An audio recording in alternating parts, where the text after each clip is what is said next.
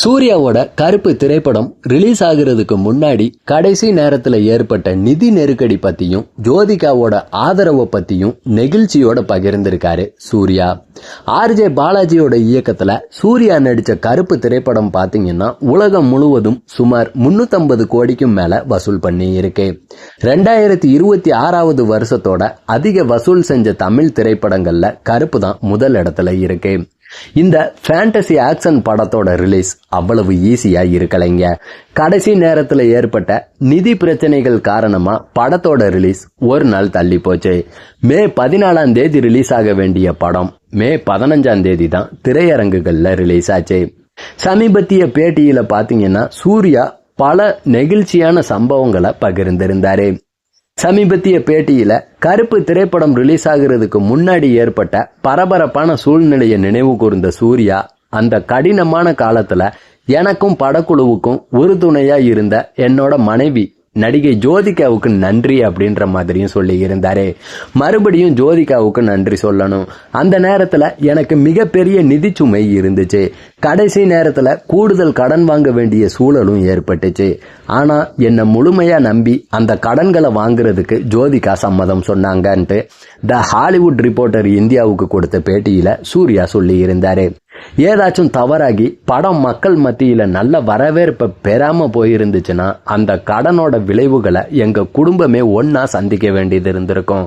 நம்ம இந்த துறையில எவ்வளவு ஆண்டுகள் இருந்தாலும் சில சூழ்நிலைகள் நம்ம கட்டுப்பாட்டை மீறினதா தான் இருக்கும்.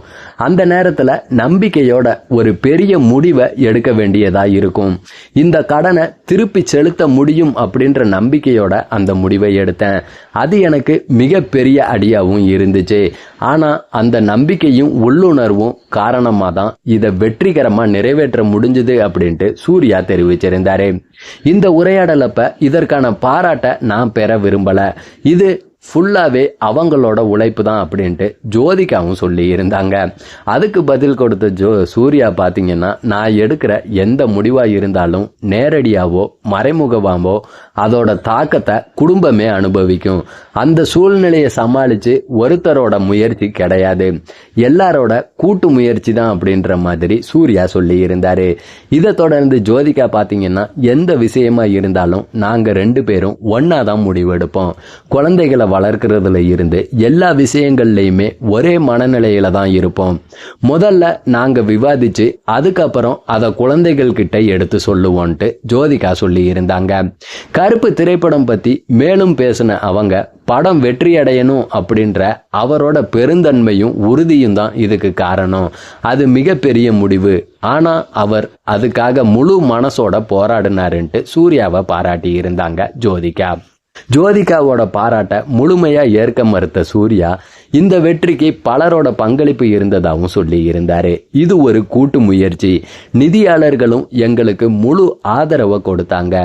அவங்க பொறுமையா காத்திருந்து சரி இப்ப 25ல இருந்து 30% மட்டுமே திருப்பி தாங்க, முதல்ல படத்தை ரிலீஸ் பண்ணுங்கன்ட்டு ஒத்துழைப்பும் கொடுத்தாங்க. திரையரங்க உரிமையாளர்கள், நிதியாளர்கள்னு எல்லாருமே சேர்ந்து உதவுனதால தான் இது சாத்தியமாச்சுன்ட்டு சூர்யா பெருந்தன்மையோட சொல்லி இருந்தாரு.